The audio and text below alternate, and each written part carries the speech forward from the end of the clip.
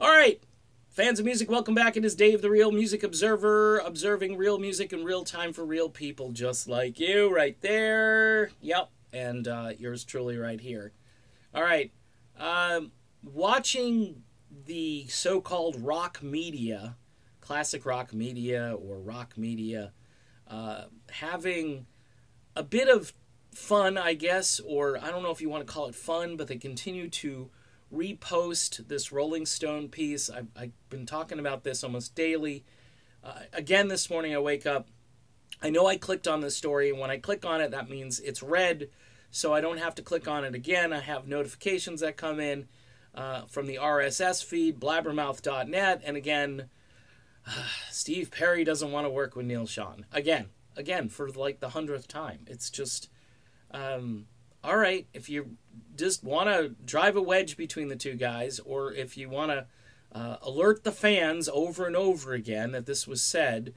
By the way, the two articles, this is very important, the two articles that have been negative toward Neal Schon, or at least the relationship between Steve and Neal, both of those were print articles.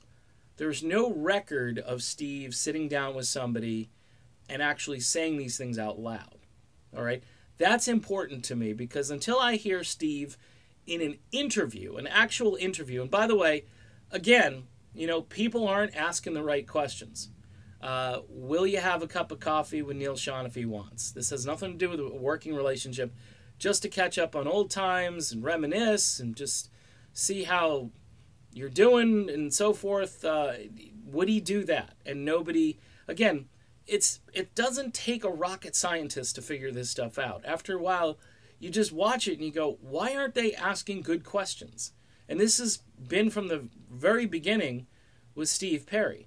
Now, with Neal responds, I think, appropriately. He says, hey, look, you know, this doesn't mean that Perry and I can't form some kind of relationship. But Perry says some nasty things. They get printed. Neal Schon now probably thinking to himself, okay, it's been 20 years. Can we move past the 20-year mark? The Rolling Stone article covers all of the crap that we've already been over, the VH1 stuff, all of it.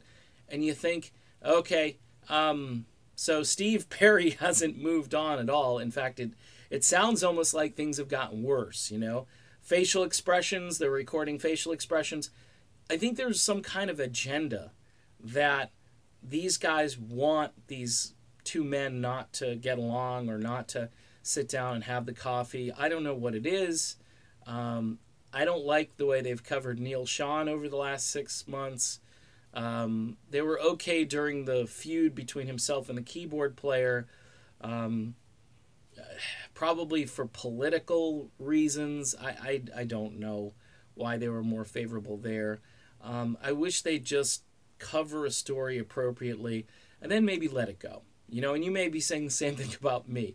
But the thing is, if they keep coming with this, I'm going to keep pointing out the fact that it just doesn't look right. Something about this doesn't make sense to me. And, you know, you can take it for what it's worth. It may just be me reading more into this than I typically do, which would be quite a feat, because I'm not a conspiracy theorist guy, but you'd be surprised what's going on in the rock world and who controls what. And it goes way up the chain. You know, we talked about Irving Azoff, we talk about Live Nation and all that stuff.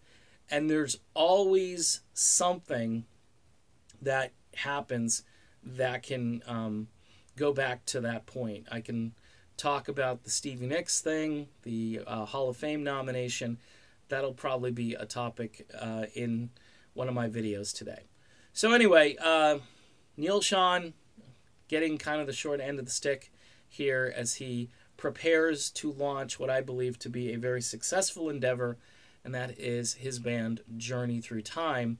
And that's really going to eclipse all these other Steve Perry issues eventually, because the Perry stuff will die down, folks. It will. I know he says he's recording music, but or writing music, but who knows when you'll see that. And I think once he does all the promo stuff, I don't know if he's going to tour. It's a 50-50 thing right now, and I just don't know. I'm not hedging any bets. All right, done. See you soon. Bye.